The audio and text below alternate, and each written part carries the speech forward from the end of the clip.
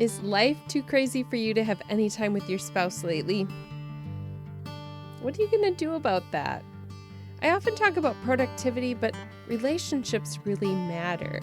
So today, I want you to focus on what you can do to grow the communication when life spins around like a playground ride. I'll give you some questions to discuss at the end where you can work on your own communication. And if you're somebody who's listening today and you're not married, I'd love it if you'd share a link to this episode with a friend who is. If you've ever hopped on a merry-go-round on a playground and then had someone spin it as fast as they could, I want you to step back in the recesses of your memory and feel what that's like. And now think about how it feels when your relationships are that way. This is episode number 127 of Life Repurposed.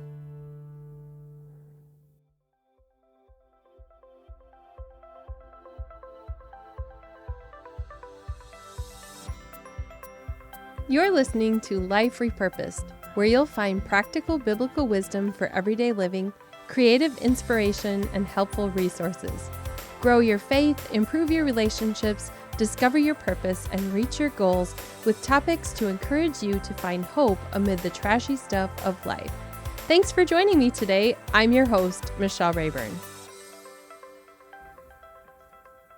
When I was brainstorming and trying to come up with a topic to talk about in this episode, I knew I wanted to cover relationships because it's really close to Valentine's Day, and it's often a time when we're thinking about relationships. And I was thinking about things you don't say to your wife, like, you have pandemic patootie. Yeah, no, that kind of ranks right up there with answering the question, does this make my butt look big? So I wanted to have a more productive topic, and I decided that this is a good time for us to talk about what it's like when life spins like a playground ride. It's the perfect time to have an episode about making your relationship better. So let's dig in. If you want your spouse to listen with you this time, this will be about long enough to listen to on the way to dinner together, and then I'll give you some questions to discuss at the end. So it might be one that you want to put pause on right now and pick up again when you're together so that you can listen in. Now, if you're not married, I'd love it if you would share a link to this episode with a friend who is, or you can listen in just for the fun of it. But I'd love to have you help me get the word out there for someone who could use some help in the middle of their busy life. If you've ever hopped on a playground merry-go-round, you know that when someone spins it as fast as they can, that there's this, just go back in the recesses of your mind. Listen to the squeak of the rusty metal. Feel what it's like to have somebody spinning it faster and faster and faster until one lap blurs into another. And recall the dizzy head that you get from being on the verge of puking. Your arms are like rubber bands that have lost their stretch and they're about to snap. Remember feeling at the mercy of the person doing the spinning. You could not hop off that thing. I remember pleading, please stop the ride. I'd get injured if I let go. So all you can do is hang on. Sometimes life and marriage feel that way too. I like to think of it as not a merry-go-round with an M-E-R-R-Y, but a merry-go-round with an M-A-R-R-Y. Most of us don't start out on the merry-go-round, although some start out on kind of a slow spin. Maybe you started out your marriage with some challenges already with college or schedules or blended family or all those things that go along with the challenges of everyday life. Or maybe you had part-time work or 2 jobs, or you were extended family, added some stress. Most couples start out with a plan for advancing their careers and buying a home, living a relaxed or a suburban or rural life, putting away some money for retirement. So there's a lot on the ride as it gets going.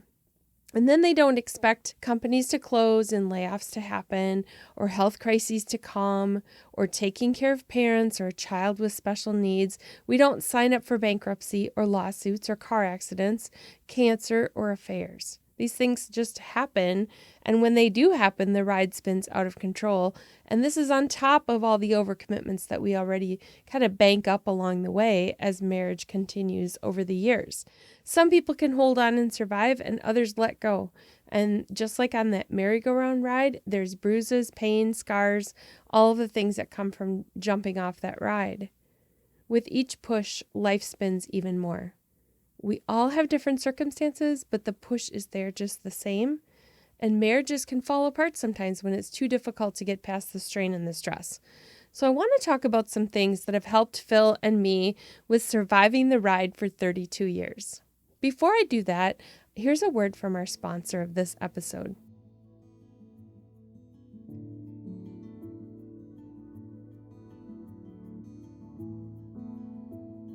This episode is sponsored by ClassicMarriageBook.com. Is your marriage ready for the long haul? In a marriage, there will be hours of maintenance work, tinkering, breakdowns, meltdowns, blow-ups, cute photo ops, wear and tear, overhauls, memories, vacations, celebrations, and repairs. There will be moments where you haul yourselves back to the garage for work. Like a trusty old truck, a classic marriage isn't perfect, but who can put a price tag on it? In this book, you'll find inspiration, honesty, and self-deprecating humor from the front seat of adventure with Michelle and Phil. Tips to get under the hood and keep your marriage on the road to a long future. Tune-up questions in every chapter to work on your communication. Tools to cool overheated emotions and repair broken hearts. You can find more at ClassicMarriageBook.com and find out how to get your copy of Classic Marriage, Staying in Love as Your Odometer Climbs, and the downloadable discussion questions that you can do together.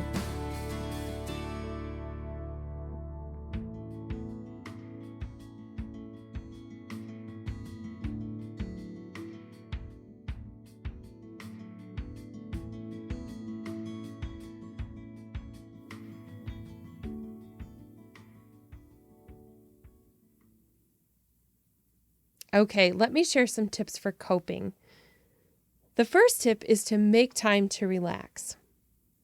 I remember when our son was an infant and he was at the peak of his colic, I would leave him with Phil sometimes for a few hours so that I could go to town.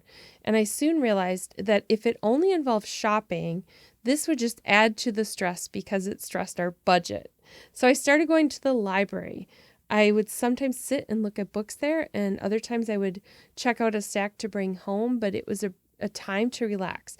Maybe it's going for a walk on a quiet path, but I looked for ways that would not add stress because of poor habits, but things that just would give me some time to relax.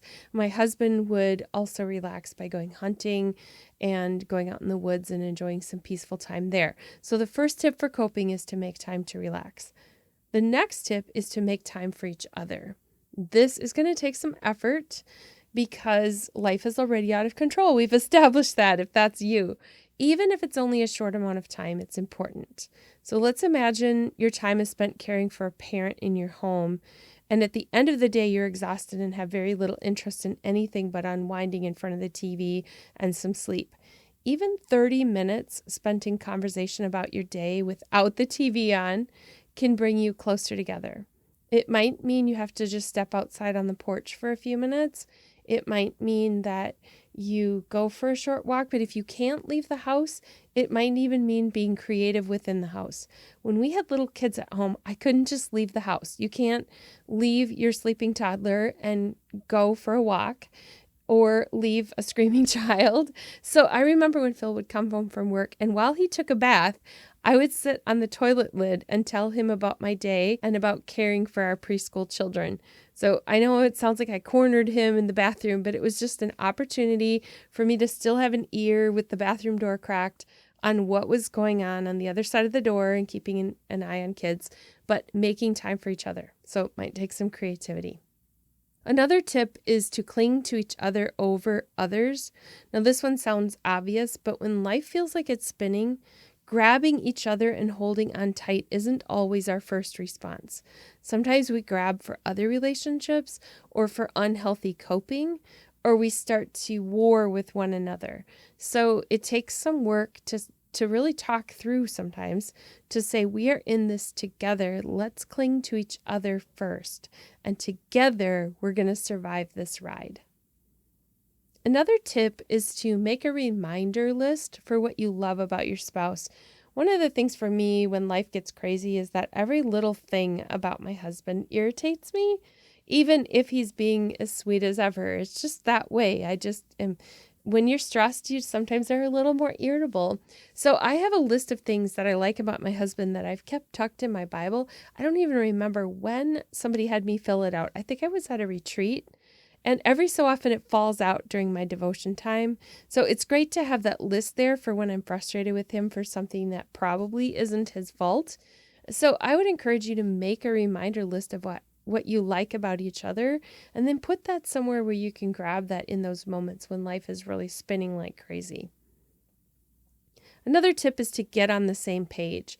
It's really important to talk about the details that are taking place in your life and to discuss how to handle the circumstances, plan those next steps, and problem solve. Remember, you're a team, and rather than playing against each other, shoot for the same goal. The last one that I have for you, the last tip, is to spend time in the same space. For the first half of our marriage, we lived in small houses, and there was a country song I loved, Love Grows Best in Little Houses. And it's a true song about the fact that sometimes when you have fewer walls to separate and not so much space, you're forced into proximity together and you have to work things out.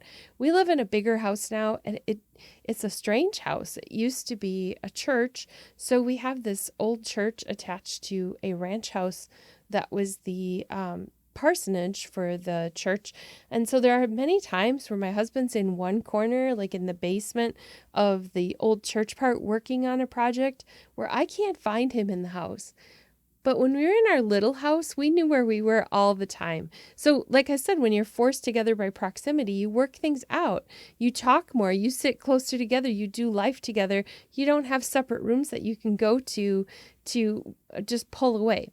So the more separated we are in how we live, the more intentional we need to be about being together when life is crazy. I've discovered that crazy is a season. So it's kind of like spring, summer, fall, winter. It doesn't stick around forever, but we need to be prepared. You've probably heard of couples who say they drifted apart or they grew apart. And I think of this like that centrifugal force on a spinning merry-go-round. You know how the faster that merry-go-round spins, it pulls outward more because of that force. And so many couples during that really busy time of life when a lot of things are going on, they're spun away from each other by the force of everything that's going on. I'm here to encourage you that it is possible to hang in there through the worst of everything. And then it's possible for you to get to a point where you realize that when the spinning stops, you don't have anything to say anymore. So even though you can hang on, sometimes it's the chaos that keeps us hanging on. And when we don't have the chaos anymore, we realize we don't have something in common, and there could be apathy about your relationship and really no desire to stay married. So we need to be on guard and know that at all times we're committed. It's not just when life is crazy. It's not just when life is easy. We're always committed to one another.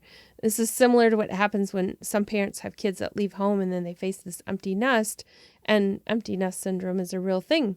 All of our efforts might have gone toward launching our kids and celebrating their achievements. And then when the time comes, it's just the two of us. What happens is we aren't sure we even know each other anymore.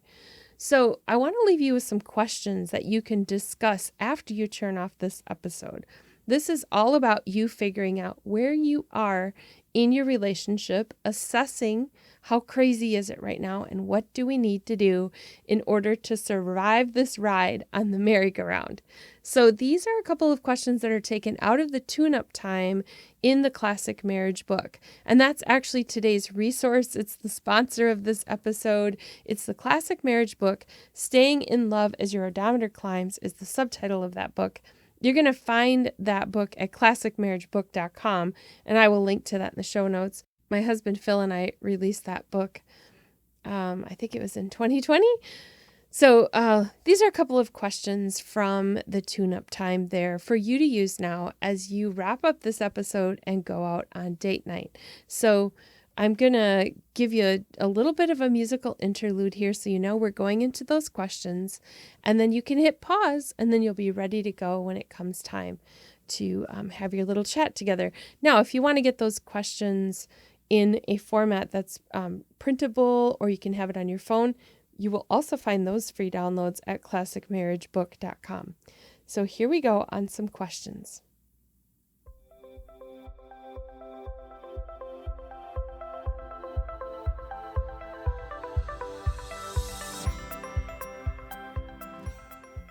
first, I'd like you to discuss what makes your relationship sometimes feel like a merry-go-round. Now, you might list these separately and then compare, or you might just name them off together as you go. So go ahead and talk about what makes it feel like it's spinning like crazy.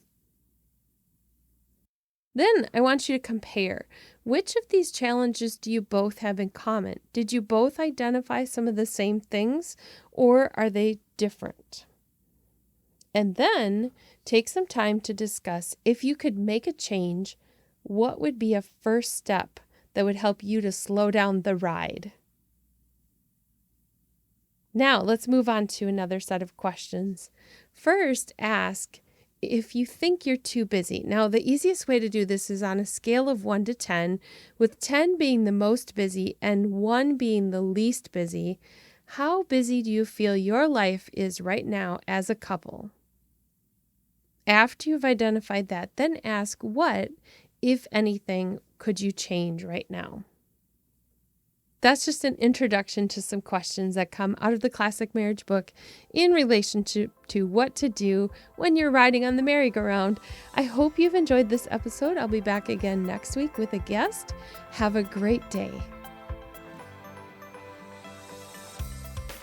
You've been listening to Life Repurposed with Michelle Rayburn. Check out tips, resources, and inspiration at michellerayburn.com to get the show notes for this episode. Each week, I share links to everything mentioned in the episode, graphics you can share, and guest quotes. I also invite you to join the Life Repurposed Facebook community for weekly conversation with others on the journey of discovering the repurposed life. Before you go, which friend needs to hear this episode? Share a link with a note to invite them to listen. And thank you for listening too.